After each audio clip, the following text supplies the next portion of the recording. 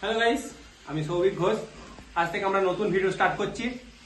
আমার একটা চ্যানেল ছিল, সেটা কন্টিনিউ করতে পারিনি, তো আজ থেকে আমরা ভিডিও চালু করছি। আজ আমাদের সানডে, আমরা এখানেই কাজ করি ব্যাঙ্গালোরে। তো আপনাদের কাছে দেখাবো আমাদের রেসিপি আইটেম।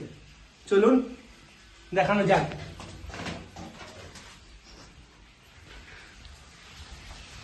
আর আমরা রেসিপি করেছি, কিছুই করিনি, সেরকম ভাবে বাইরে কাজ করি।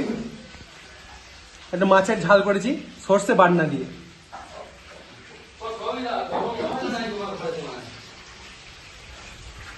আজ আমাদের মেনুটা হবে